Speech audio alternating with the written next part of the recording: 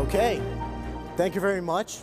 Muy bien, muchas gracias. Estoy muy emocionado por estar aquí. Mi nombre es Vladimir.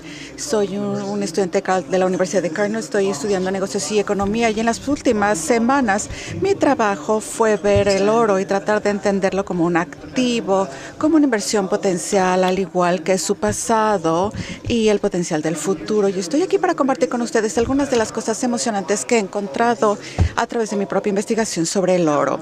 Ahora, antes de entrar en los detalles del oro, quiero hablar acerca del sistema monetario.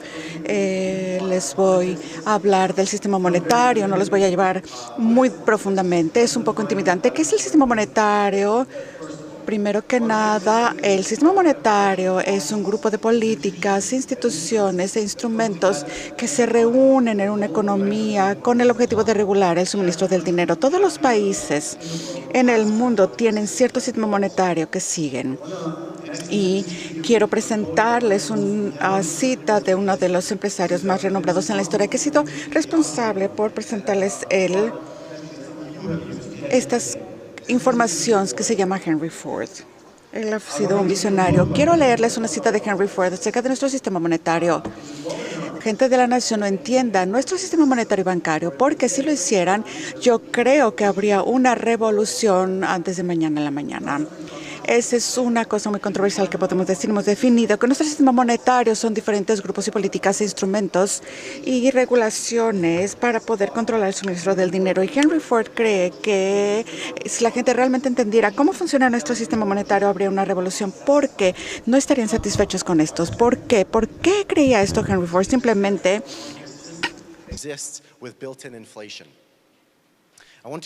porque creía que era parte de la inflación. Les quiero explicar lo que hace la inflación a todas las personas dentro de una economía. Pero antes de ir en eso, quiero ya hablarles en detalle cómo funciona nuestro sistema monetario. Este es el gobierno de Estados Unidos. A él le gusta gastar mucho dinero.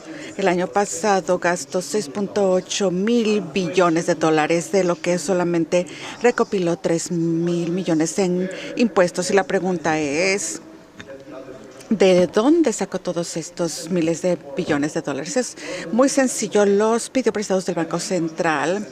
Todos los países tienen Banco Central. El trabajo del Banco Central es crear dinero y dárselo al gobierno para lo que necesite. Y el Banco Esencial tiene una reserva federal, y la manera en cómo funciona es que, como lo hizo el año pasado, es porque pidió 3 mil millones y pidió el resto del gobierno federal, y lo crea así nada más, y no está respaldado por nada más, sino porque existieron en la economía para que el gobierno lo pudiera gastar.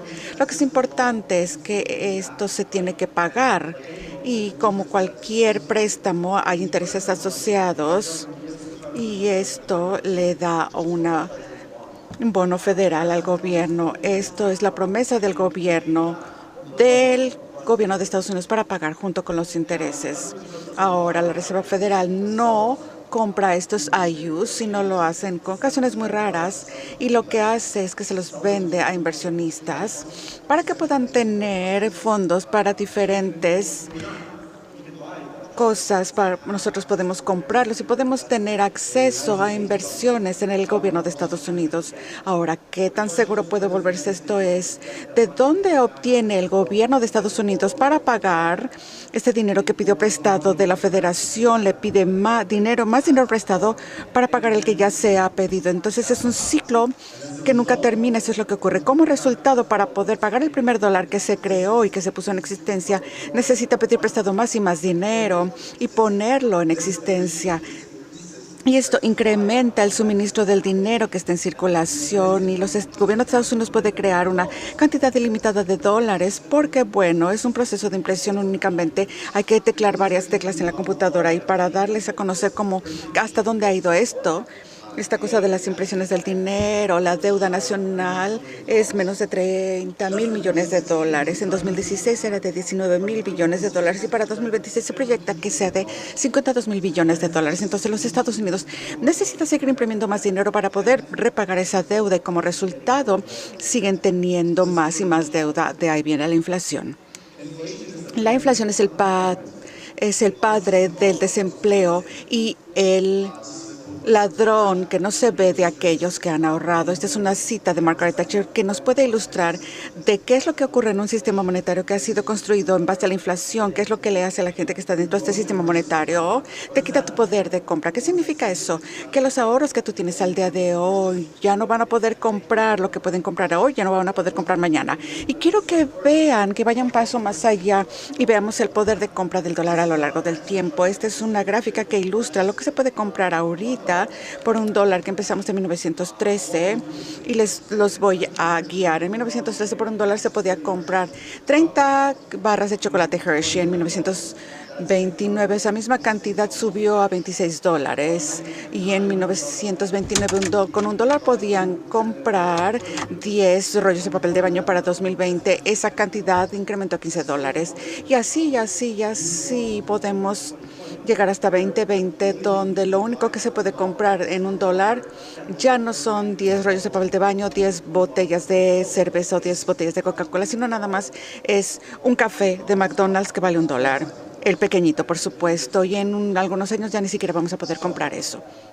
Entonces, este es un sistema fiat. Significa que el medio de intercambio que utilizamos está creado por el gobierno ahí de la nada, sin nada que lo pueda soportar o apoyar. Es bueno para el gobierno porque le permite crear una cantidad ilimitada de este dinero y gastarla donde ellos quieran, pero lastima a los individuos, afecta a los individuos como ustedes y como yo, porque hemos establecido nuestro poder de compra y con el tiempo se ha ido destruyendo. Pero no tiene que ser así. De hecho, a lo largo del tiempo, las civilizaciones han utilizado un sistema monetario completamente diferente que no es basado en fiat, sino más bien en dinero, que puede ser el medio de intercambio que se requiere por medio de una inversión antes de que se pueda intercambiar. Requiere a lo mejor una extracción del suelo, algún tipo de refinanciamiento de ingreso que se puede intercambiar con otra forma de valor. Esto es lo que es el dinero, que es producto de materia prima, el dinero mercancía. Y este dinero mercancía se ha utilizado para soportar los sistemas monetarios. Siempre ha sido el oro. Quiero que vayan un paso más allá para que vean el poder de compra que ha tenido el oro a lo largo de los años. Vayamos hace 6 siglos, al momento en que los reyes de Babilonia estaban en Mesopotamia. Una onza de oro podría comprar 350 panes. Y después lo pasamos al día de hoy. Esa misma onza de oro les puede permitir comprar. Una onza de oro puede comprar 830, se pueden comprar 610 barras de pan el día de hoy. Donde hace 6 siglos es un tiempo en el que esto era muy difícil de comprender. Podíamos utilizar dinero mercancía para intercambiarlo por productos y lo podemos utilizar ahorita. Y esto es increíble.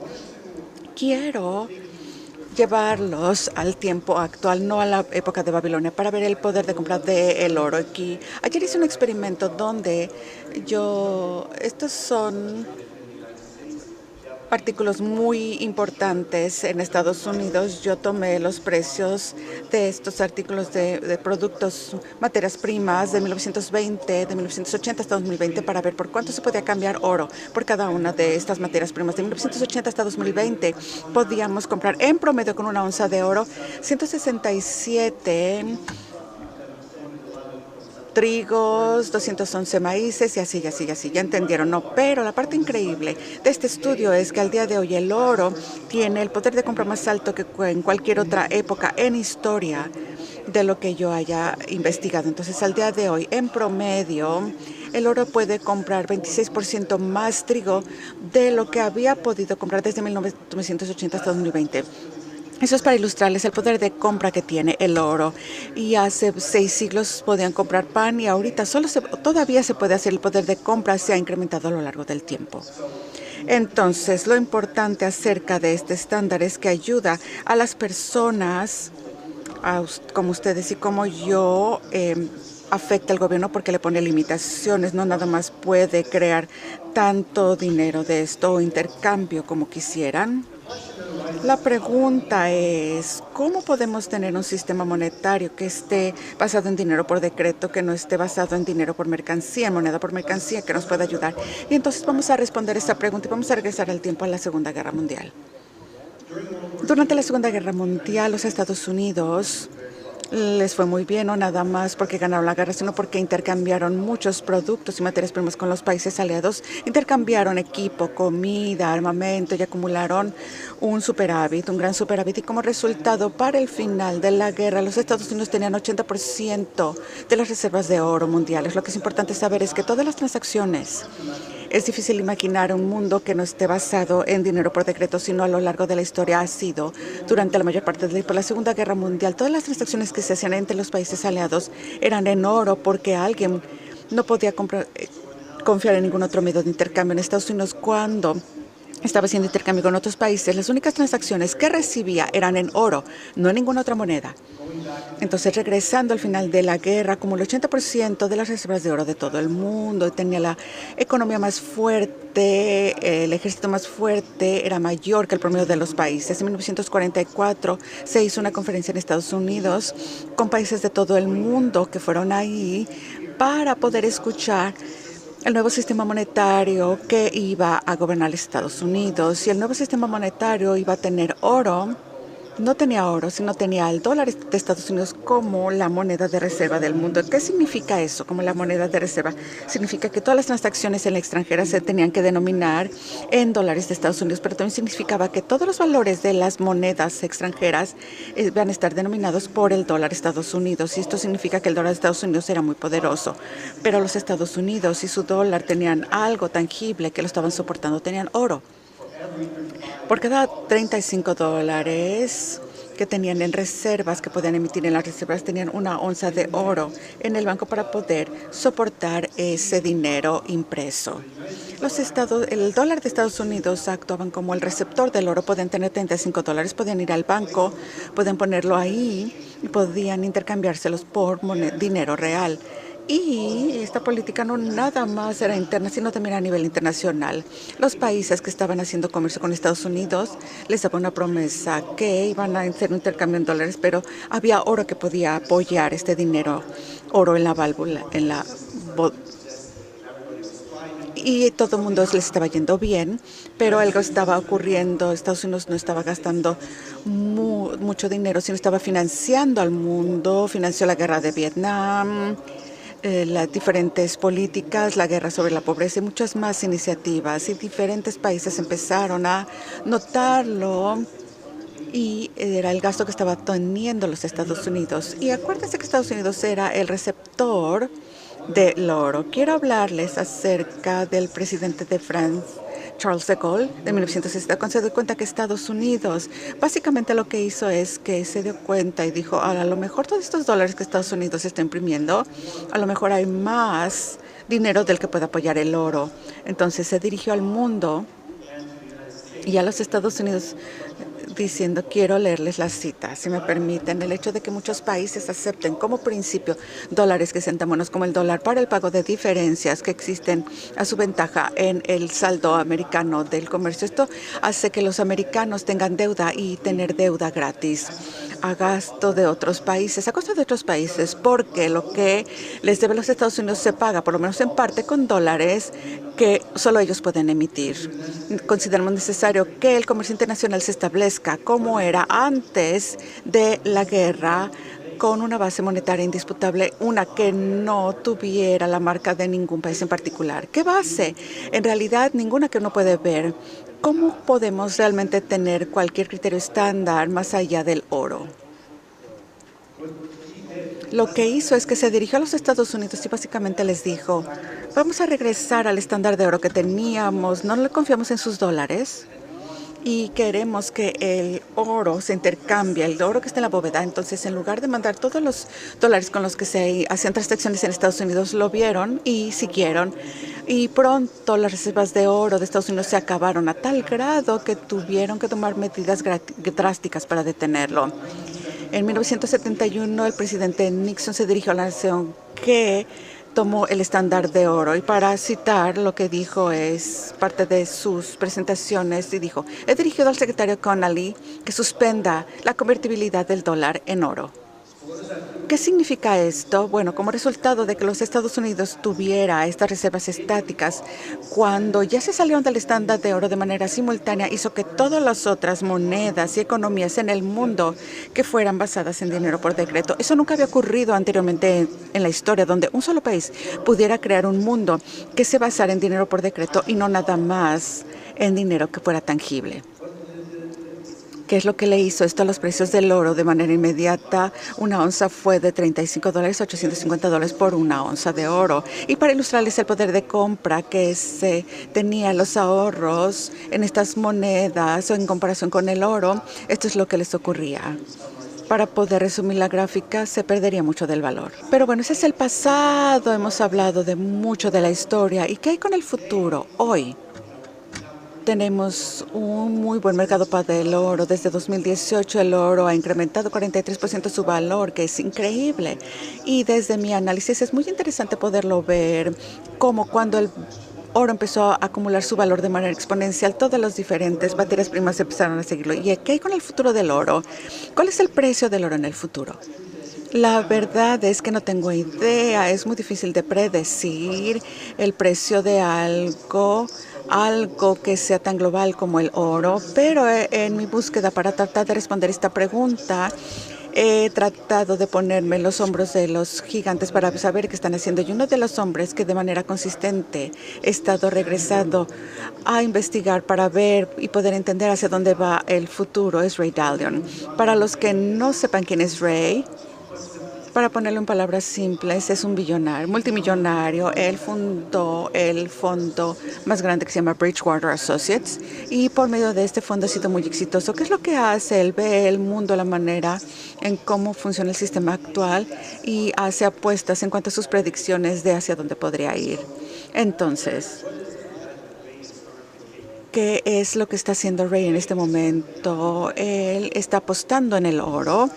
Está acumulando mucho de estas cosas, está diversificando en oro.